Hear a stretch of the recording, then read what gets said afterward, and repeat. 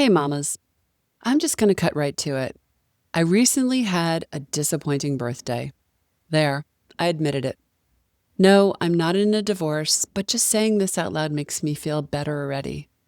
If you've been in this community for any amount of time, you've likely heard me speak about how I love all things birthday and how even in disappointment, I search for deeper meaning because I know it helps me process what I'm feeling.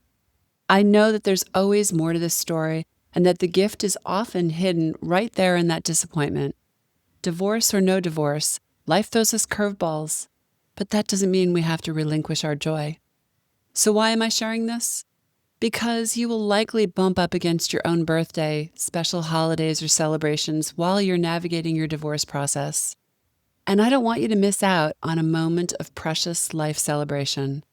Don't pass them by. Don't muscle through and pretend you're okay if you're not.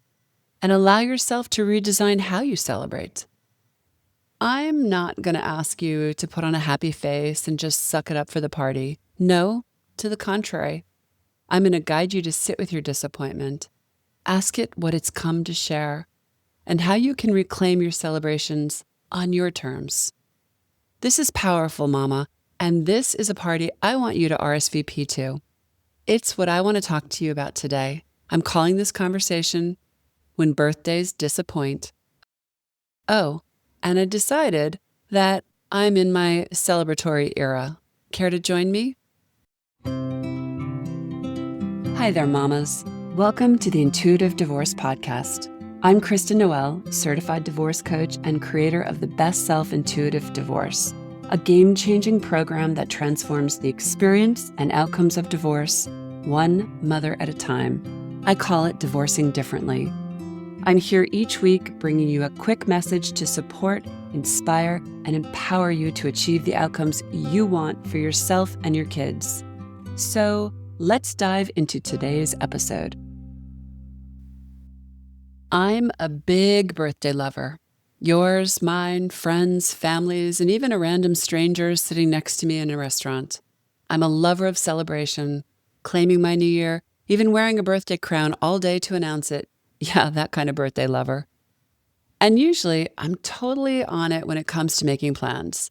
I don't sit around and wait for people to ask me, what do you want to do on your birthday? I tell them. I design it.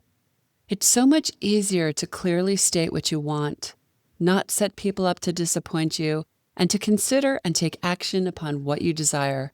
Hey, it's your birthday. I usually like to be away. Last year I was in Portugal. The year before, Paris. This year felt different. I told myself I wasn't depressed, that it was okay to not go somewhere or take a big trip or necessarily feel inspired, etc. But there was a lot of not knowing in the mix as well. It was a strange new feeling for me. It made me curious. I tried not to judge it, but rather lean on my coaching skills and observe it. What was my intuition trying to tell me? I tried to assuage myself by saying, it's okay to not know what you want to do. It's okay to not do anything. It's okay to have a different kind of birthday. It's okay to be where you are and just go with the flow of how you're feeling. But I wasn't sure I was really buying it. Ironically, this year, I was tired.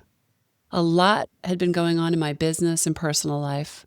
I'd been running myself a little ragged, and I got a bad cold. We even had a devastating community loss that had us all grieving. Quite a setup, right? Life. I barely made it through my birthday, and truth be told, it made me very cranky, disappointed, and a little sad. I know you're not supposed to cry on your birthday, or so they say, but I'm not so sure. So I held back. I tried to ask myself, what's going on? What's at the core of all this? What is my body trying to tell me? Hey, the world is noisy. The divisiveness is real. The fragility palpable. The collective energy cannot be denied. I share this with you because not every birthday or holiday will feel like an Instagram reel, especially when you're navigating a divorce. And I'm currently taking a spoonful of my own medicine. There are obvious reasons we can feel not so celebratory, like when we find ourselves amidst a divorce process, chock full of overwhelm, indecision, fear, and big feelings. We can't always shove emotions aside in light of birthday candles. Sometimes we just need to feel what is asking to be felt in the moment. And just what if that's the true gift? I decided to write myself a birthday letter to be opened a year from now. I'm going to keep it raw and real, express how I truly feel in this moment. I'll celebrate what I've been through this past year and dream about where I hope to be next year when I open it. I don't want to forget any of it. Even, or should I say, especially the worries. You know why? Because when I open this letter next year, they may be a thing of the past, long gone and forgotten. But I want to celebrate the journey and not let any of it slip away. You don't have to wait until your birthday to write yourself a letter. Let it rip. Let your true feelings flow. Document the journey. Declare your desires. Celebrate your wins. Set yourself free. You aren't stuck, even if it feels like it. Imagine that you're just reconsidering your next move, observing, witnessing, feeling, becoming.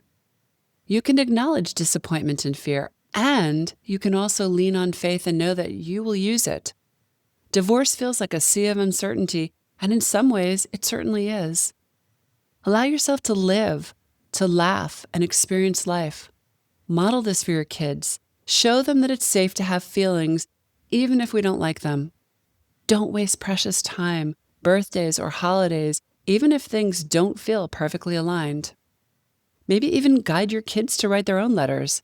Imagine how powerful it could be, no matter the age of your kids, to say, "Hey, I know this moment feels very unsettled and full of change, but it's temporary.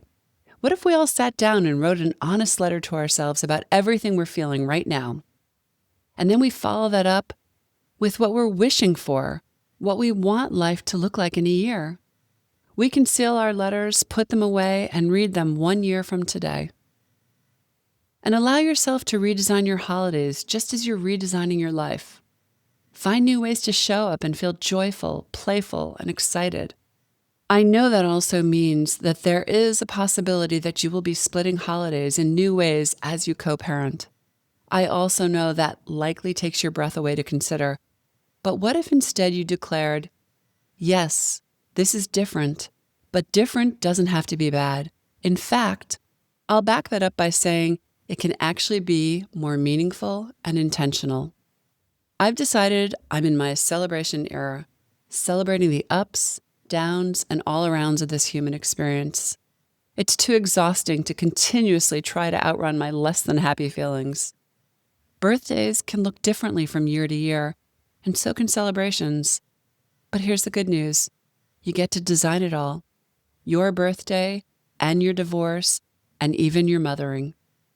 Divorcing differently is putting yourself on a better path to a better divorce, and that is worthy of a party.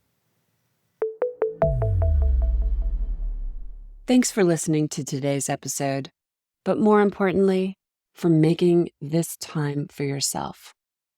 If you're a professional, independent mother facing off with divorce, struggling with your emotions, worried about your kids and your future, and want a better way to navigate it all, I've got 2 ways to completely change the trajectory of your divorce and your life starting today. The first is our free divorce workshop. In this training, you'll learn the 3 steps to get off the emotional roller coaster and take control of your divorce so you can save time, money, and heartache for you and your family. Simply go to intuitivedivorce.com/workshop. And the second way is to book a free strategy call with our team, where we'll dive into your situation, your struggles, what you really want, and outline a path to get you there. For a short video and the booking link, go to intuitivedivorce.com/call. Check it out, and I'll see you inside. Now I have a favor to ask you, Mama. If you enjoyed this conversation and were inspired in your own divorce, please subscribe to this podcast so you don't miss future juicy talks. And I'd be so grateful if you'd leave a review so together we can help other mamas walking in the same shoes.